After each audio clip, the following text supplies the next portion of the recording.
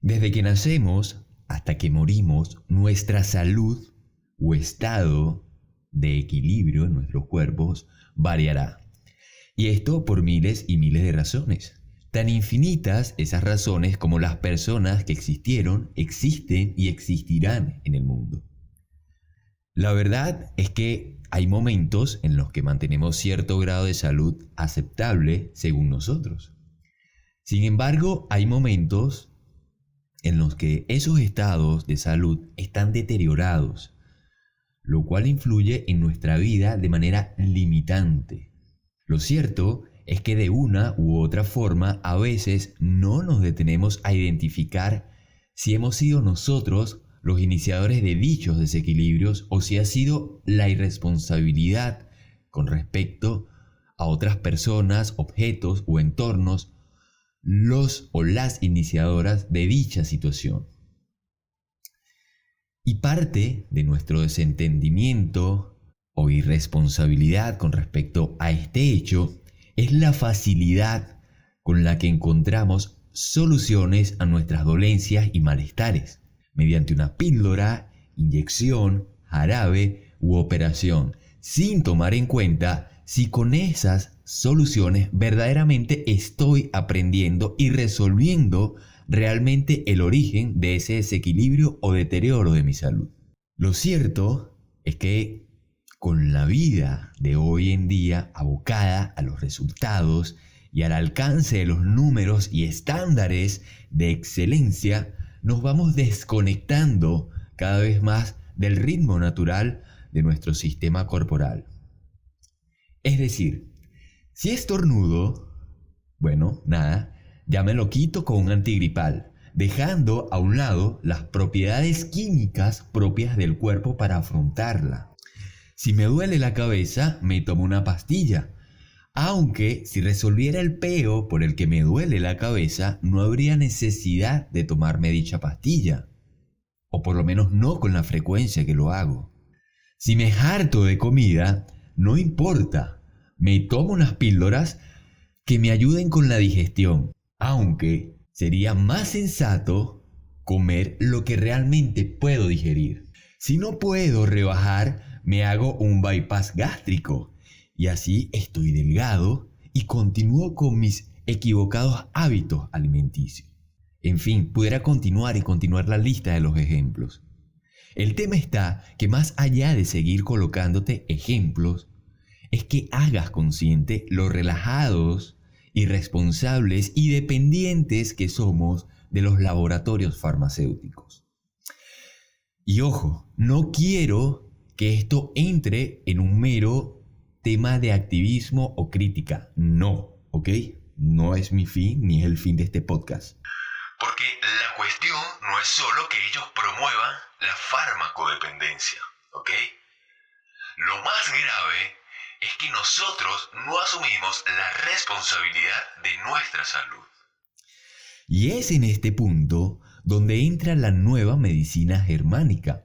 Ojo, no se trata ni de proselitismo, ni de evangelización, ni que aquello es bueno o es malo, porque si existe la solución más viable en la medicina tradicional, pues nada, se recurre a esta.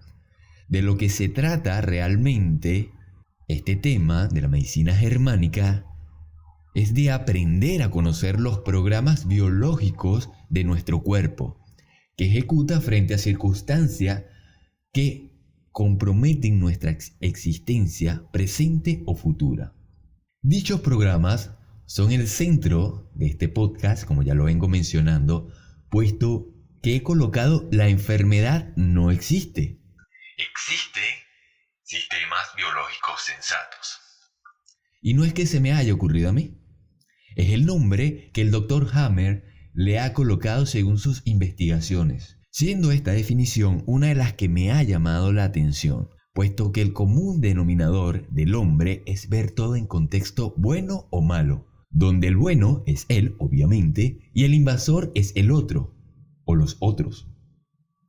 Y decía que me llama la atención porque desde mi propia experiencia siempre me costó ver que otras formas de vida sean las malas. y estén para acabar con el ser humano, como por ejemplo los jabones antibacteriales que prometen acabar con el 100% de las bacterias en tu cuerpo, aun cuando eso es totalmente contradictorio, porque acabar con el 100% de las bacterias en tu cuerpo sería acabar con la mitad posiblemente de vida de tu cuerpo, ¿ok? Pero tenemos ese tipo de anuncios. Tampoco quiero decir con esto que se les adopten a este tipo de microbioma o microorganismo, sino que algún fin biológico propiamente han de tener. Sin embargo, nuestro enfoque médico es el de acabar con la existencia de dichas bacterias o virus, sin saber siquiera que, aparte de causar un malestar o la muerte, obviamente en los humanos, ¿qué otro fin biológico tienen? Que hasta quizás podamos aprovechar nosotros como humanos. Un ejemplo es el trasplante fecal. A pesar de que las heces sea algo totalmente guácatela, totalmente asqueroso para nosotros, hay personas que su sistema digestivo se les daña y a través de un trasplante fecal, es decir, sus heces, su mierda, se la dan a otro para que pueda fabricar heces también, parezca algo totalmente asqueroso e impensable en nuestra imaginación, contribuye realmente a la regeneración del sistema digestivo de una persona que ha perdido, obviamente, dicha facultad.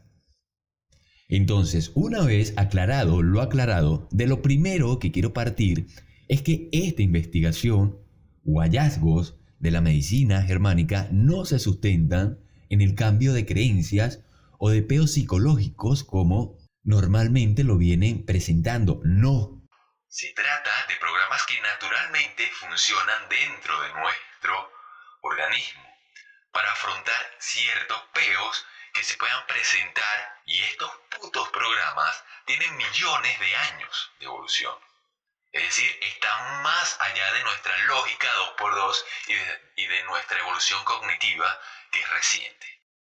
Y menciono esto porque quienes mencionan a la medicina germánica como pseudociencia, cosa que no entiendo, lo hacen desde la base que lo que propone Hammer es que cualquier afección, dolencia o circunstancia sanitaria, ¿ok?, o de salud que una persona puede estar experimentando se resuelve desde la psiqui. Y lo poco que he profundizado yo de lo que menciona Hammer en sus estudios o conclusiones es que él de hecho no cree que solo con la psiqui se puede resolver el desequilibrio que puede estar experimentando la persona. Lo que sí menciona es que existe una especie de interacción simultánea entre la psiqui, el cerebro y los órganos. Y solo de esta manera se inicia una enfermedad y solo de esta manera se puede resolver. Esto es algo que me llamó también mucho la atención, porque desde mi experiencia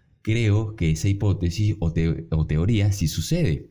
Yo diría que más que una interacción es una sincronización biológica, que bajo ciertas experiencias propias o con el entorno o híbridas, pues tiene lugar y da ejecutar a estos programas que muchas veces terminan siendo diagnosticados como un cáncer. Dentro de esta teoría o investigaciones de Hammer se resalta que no hay enfermedades, puesto que según lo que él menciona no existe un sistema inmunológico como tal, que está provisto de defensas, sino que más bien el organismo propiamente, bajo ciertas situaciones, hace uso de estas bacterias o virus o microorganismos para iniciar un proceso y para culminarlo. Si en efecto se da con la solución a la circunstancia, experiencia o conflicto que originó la activación del programa biológico sensato, que es lo que conocemos normalmente como enfermedad.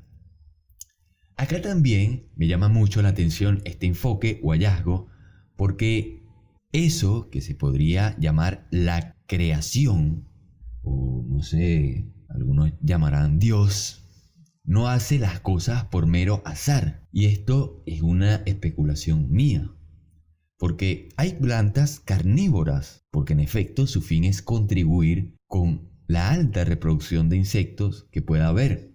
Otro ejemplo, los lemmings son unos roedores con capacidad reproductiva acelerada, lo que le permite en muy corto tiempo multiplicarse. Con este exceso de lemmings, los predadores se pueden alimentar a modo de banquete. Sin embargo, nosotros, los humanos, hijos de los dioses, hechos a su imagen y semejanza, pues si nos viéramos en esas circunstancias, acabaríamos con las plantas carnívoras, por considerarlas una aberración y un peligro a nuestra existencia. Y además encerraríamos a los lemmings o los castraríamos para asegurar nuestros campos.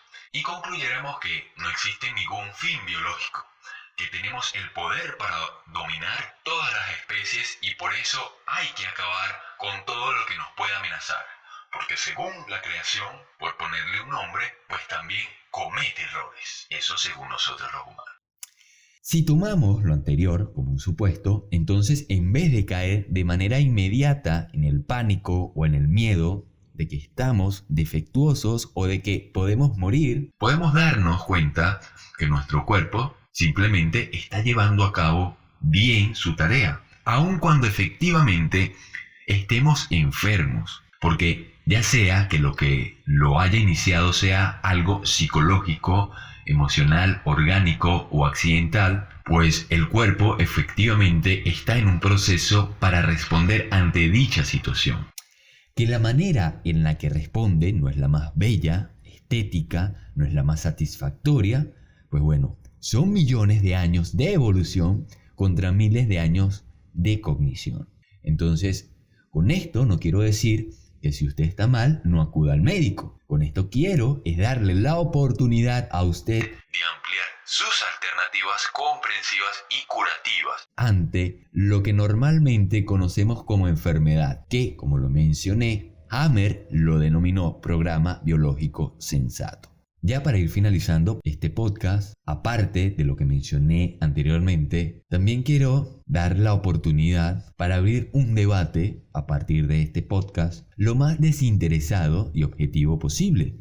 Porque de todas las prácticas que he leído, esta de la medicina germánica me parece que no se debería lanzar de buenas a primeras al tacho de las pseudociencias, sino se tendría que ver que pueda servir de los hallazgos e investigaciones que se han encontrado acá para la medicina de hoy en día. Sobre todo para que la medicina de hoy en día sea una medicina más preventiva, una medicina más autogestionada, una medicina menos invasiva y que no cree dependencia en el uso de los fármacos, sino que más bien sea estos fármacos un componente temporal que contribuya al organismo a generar nuevamente de manera autónoma lo que necesita para su bienestar. Menciono esto porque las investigaciones y prácticas llevadas a cabo por Hammer las consideran inconcebibles. Pero cuando uno lee los argumentos de los que refutan a Hammer,